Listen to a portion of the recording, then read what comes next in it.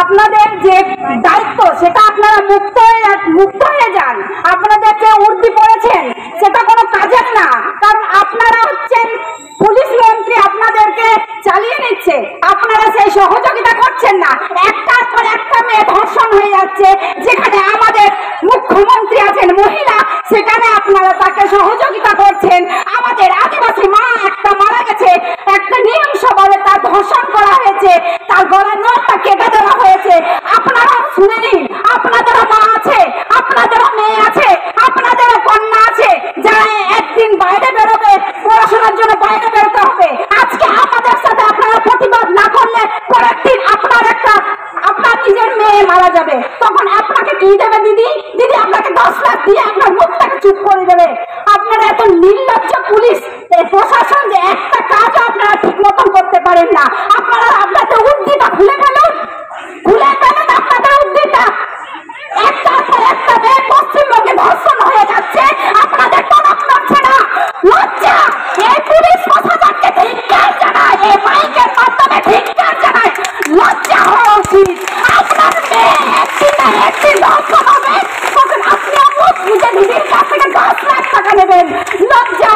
এই মাইকের মাধ্যমে আজ এক মা, আজ এক বোন আপনাদেরকে ধিক্কার জানাচ্ছে। আপনারা জেগে উঠুন। আজকে কিন্তু এই বাংলা যদি না জাগে, পরের দিন আরেকটা মেয়ে ধর্ষণ হবে। একটার পর একটা ধর্ষণ হওয়ার পর আপনাদের বাড়ির মেয়েগুলোকে তুলে নিয়ে এসে যখন ধর্ষণ হবে না পুলিশের মেয়েগুলোকে, তখন আমরাও দেখবো। এই আজকে আমাদের সাথে আপনার মেয়েগুলোকে প্রতিবাদে দাঁড় করান, আপনার বউকে বার করুন। আপনি যদি পোশাক বুদ্ধি পরে যদি আপনার হাতটা বাঁধা আছে, তাহলে আপনার বউকে আর আপনার মেয়েকে রাস্তায় দাঁড় করুন আমাদের সাথে, তবে প্রতিবাদটা হবে। যদি আপনার হাতটা যদি বাঁধা থাকে, সাহস থাকে, তাহলে আপনার বউ আর বাচ্চাকে রাস্তায় দাঁড় করান আর প্রতিবাদটা করান।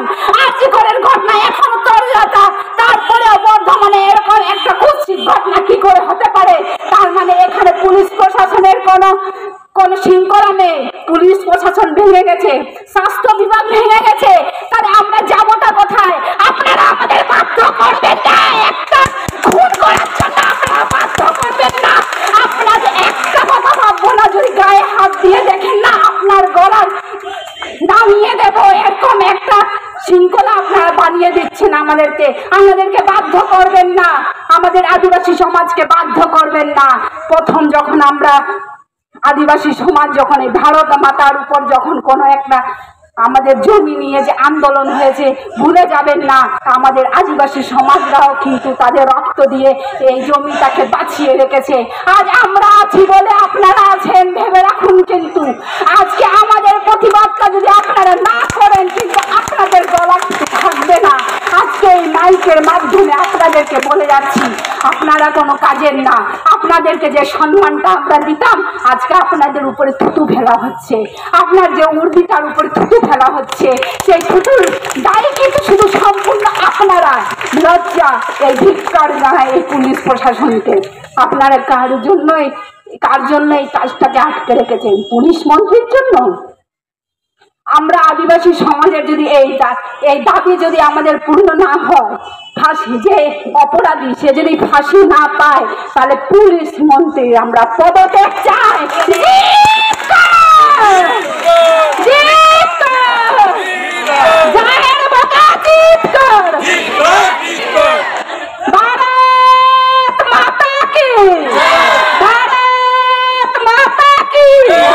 আদিবাসী সমাজ জিত কর, আদিবাসী সমাজ জিত কর।